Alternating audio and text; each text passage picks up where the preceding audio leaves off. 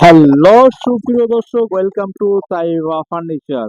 প্রিয় দর্শক, আজ আমি আপনাদের মাঝে চমৎকার একটি নতুন মডেলের ড্রেসিং টেবিল নিয়ে আসলাম তাইবা ফার্নিচার পক্ষ থেকে।